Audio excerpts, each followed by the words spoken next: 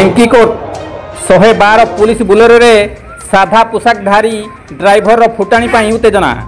केन्दुझर जिला घटगां थाना तथा ढेंकुट फांडी ढेंकुट रे दिन बेले आरएमसी हाट पड़िया एवं संध्यारे मुख्य बजार सर्विस रोड रे प्रायतः प्रतिदिन चेकिंग होछि ताहा स्वागत योग्य।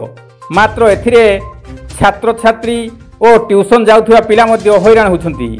तेबे विदेशी मद दुकानर चारिपार्श्व संध्या हेले पुलिस जगिबा केवल बाइक चालकों को जुरिमाना एवं बाइक जबत करुवा बेले कार एवं बुलेरो को चेकिंग मुक्त कराइछि।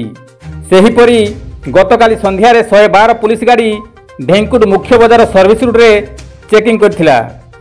उक्त गाड़ीर प्राइवेट ड्राइवर जेपरी बाइक चालकों को घुसाड़िबा कलर धरिबा घटना समस्त को चकित करथिला। एणु एही घटना लोक माने तातिथिले।